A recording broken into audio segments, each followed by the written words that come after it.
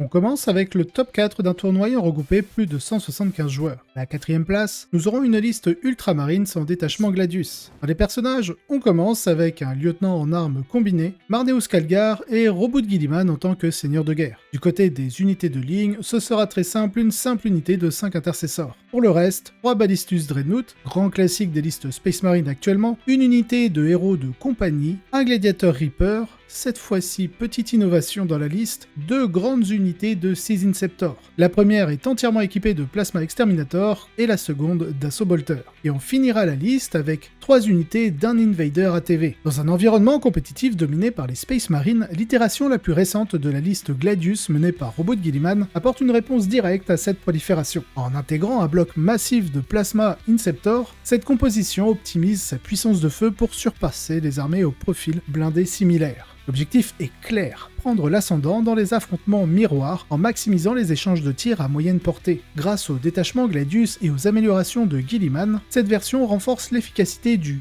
Gun Club Ultramarine, combinant saturation et flexibilité. Cette adaptation illustre parfaitement l'importance de la lecture de la scène compétitive et de l'optimisation tactique. Si cette approche s'impose, elle pourrait bien redéfinir les duels intramarines et s'imposer comme un modèle incontournable des prochaines compétitions.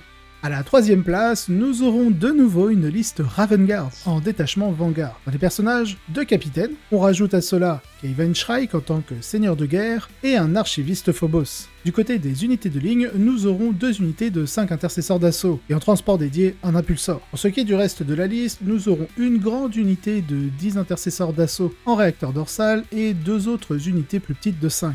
Un bloc de 6 Centurions Devastator avec l'équipement habituel, les missiles tétons et les canons laser jumelés. À cela on rajoute 2 grandes unités de 6 Inceptor, là aussi, comme la liste tout à l'heure, une grande unité de 6 Plasma et l'autre en Bolter. Nous finirons avec les 3 dernières unités, une unité de 5 Infiltrators, une unité de 5 Reavers et de 5 Scouts. Abandonnant la téléportation massive et l'impact immédiat des ultramarines, cette liste mise sur Shrike et ses intercesseurs Jump Pack qui sont OC2, récemment boostés par la balance Data Slate, pour verrouiller les primaires et empêcher l'adversaire de scorer efficacement. À cela s'ajoutent des escouades d'assaut intercesseurs et de capitaines, déployés une à une pour frapper une cible, renverser un objectif, puis forcer l'adversaire à réagir. Cette combinaison permet non seulement de ralentir l'ennemi, mais aussi d'imposer un rythme de jeu difficile à contrer. Bien que renoncer aux ultramarines, surtout en ce moment, soit un choix assez osé, cette variante pourrait bien s'imposer si la domination attendue des Aeldari se confirme. Une 3ème place méritée et une conception de liste ingénieuse qui démontre que le contrôle des primaires est une arme aussi redoutable que la puissance de feu.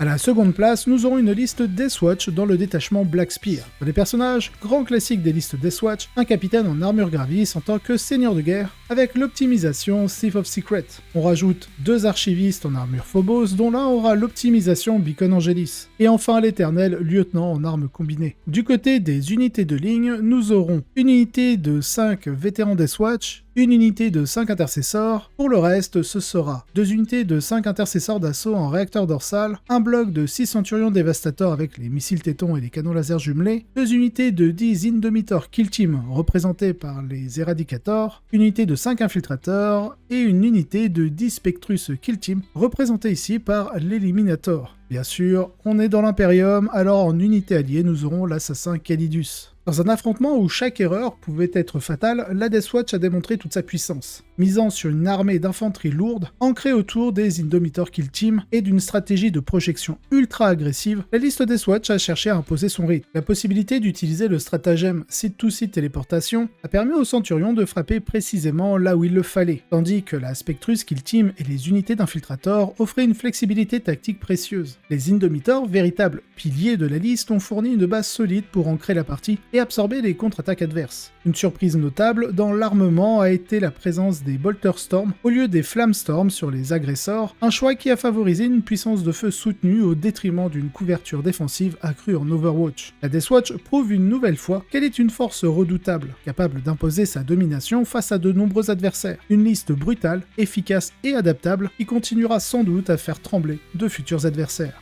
À la 1ère place, on finit avec une liste démons du chaos dans le détachement dédié à Tzeentch, la Légion scintillante. Dans les personnages, nous commençons avec un prince démon ailé, avec l'optimisation Neverblade. En seigneur de guerre, nous aurons Kéros, et en dernier personnage, un duc du changement avec l'optimisation infernale Puppeteer. Du côté des unités de ligne, 2 unités d'horreur rose et 1 unité de porte-peste. Pour le reste, nous aurons 2 Burning Chariot, 2 unités de 6 flammeurs, 2 petites unités de screamers et une autre plus grande de 6. Face à une Deathwatch redoutable en finale, la Légion scintillante de Tzeentch a prouvé que la ruse pouvait l'emporter sur la force brute. Conçue pour éviter l'engagement direct, cette armée a su désarticuler le plan adverse grâce à une combinaison redoutable de projection de menaces et de contrôle des objectifs. Le Duc du Changement, véritable arme de destruction à distance, a été un pivot central tandis que le Prince Démon ailé équipé de la Neverblade s'est révélé être une menace ponctuelle d'une létalité absolue. Grâce à sa capacité maléfique destruction, il a su anéantir une cible critique en un seul assaut, ce qui s'est avéré décisif dans ce duel contre les unités d'élite de la Deathwatch. Loin de se limiter à ces menaces de premier plan, la Légion scintillante s'appuie sur une approche subtile.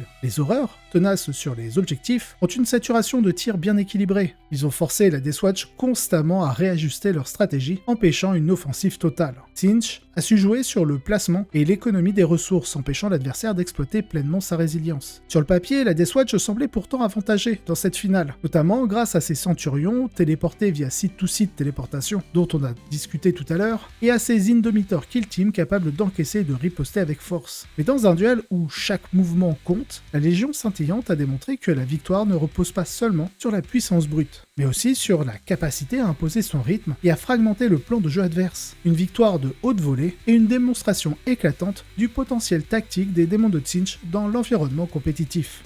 Allez, on passe aux listes en vrac.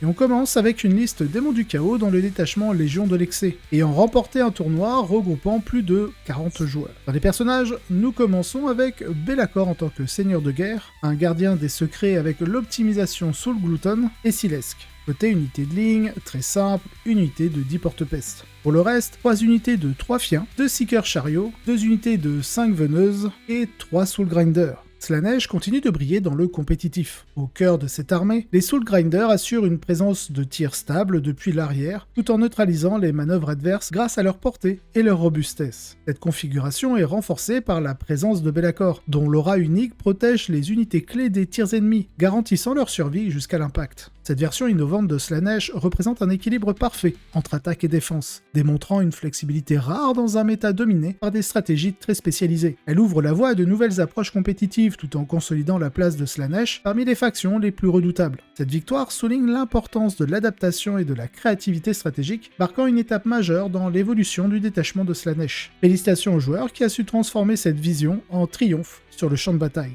La prochaine liste remporte un tournoi regroupant plus de 30 joueurs. Ce sera une liste World Eater dans le détachement Berserker Warband. Côté personnage, grand classique, en tant que seigneur de guerre, ils auront leur primarque Angron. À cela, vous rajoutez le seigneur Avocatus. Côté unité de ligne, nous aurons 3 unités de Dijakal, et pour le reste, 2 unités de 3 Octoliers, une seule unité de 3 Octoliers exaltés, 2 unités de 2 rejetons du chaos, 3 Hellbrutes World Eater, et on finit avec 2 Predators Destructeurs World Eater aussi. Les World Eater, souvent relégués au rôle de challenger éternel, ont marqué un tournant décisif en décrochant une victoire impressionnante face aux Inari durant la finale. Délaissant leur approche traditionnelle centrée sur les Octoliers, les fils d'Angron ont opté pour une liste intégrant des Predators et des Hellbrutes. Le choix inhabituel pour cette faction a introduit une nouvelle dynamique en combinant agressivité frontale et soutien au tir. Face à eux, les Inari avaient misé sur une stratégie de dispersion, multipliant les petites unités mobiles pour fragmenter l'assaut des World Eaters et exploiter les véhicules adverses avec leurs armes anti-chars. Pour le papier, cela semblait un contre parfait.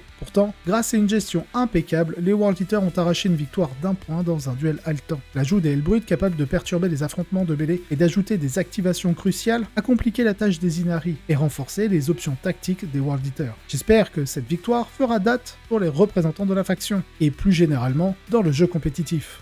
Passons à une autre faction, les Chevaliers Gris, dans leur nouveau détachement Warbane, remportant un tournoi de plus de 30 joueurs. Dans les personnages, on commence avec 2 archivistes de la confrérie, 2 grands maîtres Némésis, dont l'un est seigneur de guerre, côté unité de ligne, une strike team, et pour le reste, 3 Némésis, 2 unités de 5 purgations et 2 unités de 5 purifieurs. Bien entendu, qui dit Imperium dit unité alliée, et ce sera l'assassin Calidus. Dans le paysage compétitif de Warhammer 40 000, la liste Warbane des Chevaliers Gris a brillé par sa conception équilibrée et sa précision d'exécution. Mélangeant des unités phares comme les purifieurs et les purgations, cette composition s'est distinguée par son approche polyvalente, et c'est l'ajout des Librarians avec leurs blessures mortelles capables de de détruire n'importe quelle cible qui a réellement fait toute la différence. Conçue pour s'adapter à une grande variété de menaces, cette liste exige une maîtrise parfaite pour être pleinement exploitée. Remporter un événement dans un environnement aussi compétitif témoigne autant de l'efficacité de sa conception que du talent de son pilote. Le détachement Warpbane rappelle ainsi que la victoire repose sur la planification et une exécution irréprochable. Alors bravo pour ce résultat. Et on finit avec une liste Ultramarines dans le détachement Gladius, remportant un tournoi de 30 joueurs. Dans les personnages, nous aurons Marneus Calgar et Roboute Guilliman en tant que seigneur de guerre. En unité de ligne, une petite unité de 5 intercesseurs, et pour le reste, un bloc de 6 agresseurs équipés de lance-flammes, une seule unité de 5 assauts intercesseurs avec leur réacteur dorsal, le très grand classique triple Ballistus, une unité de 5 infiltrators, un prédateur annihilator, une seule escouade de 5 scouts, et enfin 2 vindicators. Les Ultramarines sont toujours présents, avec une liste mettant en avant leur primarque Roboute Guilliman et une unité imposante d'agresseurs lance-flammes qui change pas mal la donne. Associés à Marneus Calgar, ces agresseurs renforcent le noyau défensif de la liste tout en offrant une saturation de tir redoutable, idéale pour contrer les hordes d'orques ou les cultistes en pleine résurgence dans l'environnement compétitif actuel. Ce choix reflète une lecture précise des tendances actuelles, anticipant les défis posés par les masses d'infanterie et les charges rapides. Si cette approche s'impose, elle pourrait redéfinir la manière d'exploiter les synergies entre les personnages emblématiques et les unités clés des Ultramarines. Un succès stratégique à suivre de près.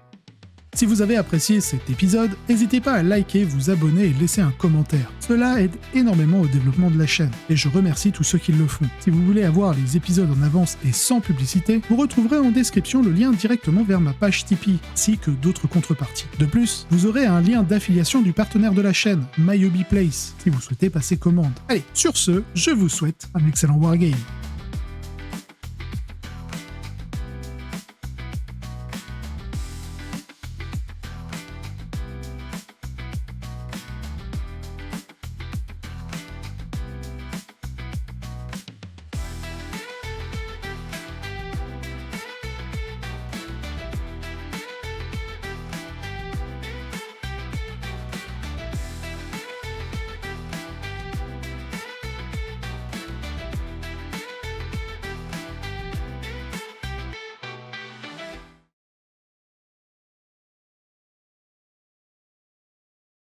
Et Drazhar dans tout ça, je viens de commencer ma 3e armée, Drukhari, et bien évidemment, le big boss des incubes m'a tapé dans l'œil, pour sa classe naturelle.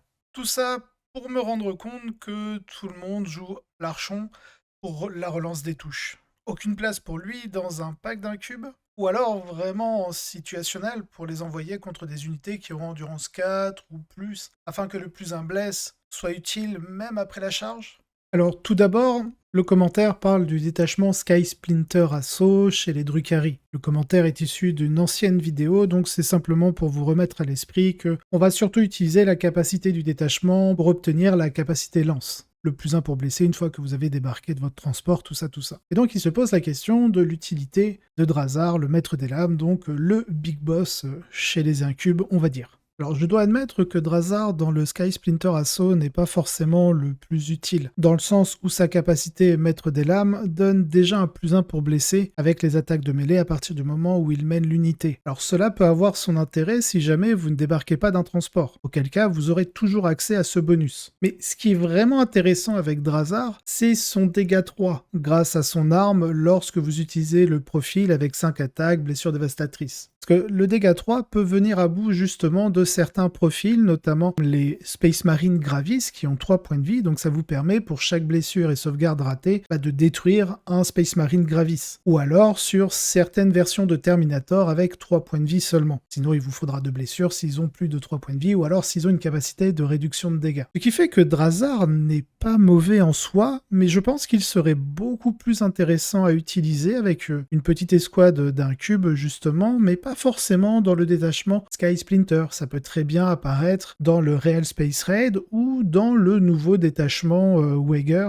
qui est apparu durant la période d'avant Noël. Donc voilà pour résumer un petit peu l'utilité encore de Drazhar. Il reste intéressant, il coûte pas très cher par rapport à la létalité qu'il peut produire. 85 points, c'est vraiment très intéressant. Une sauvegarde à 2+, une invulnérable à 4. Bon, il garde le même point faible que tous les Eldar noirs, tous les Drukhari, c'est l'endurance 3. J'espère que ça t'aura aidé et à la prochaine tout le monde.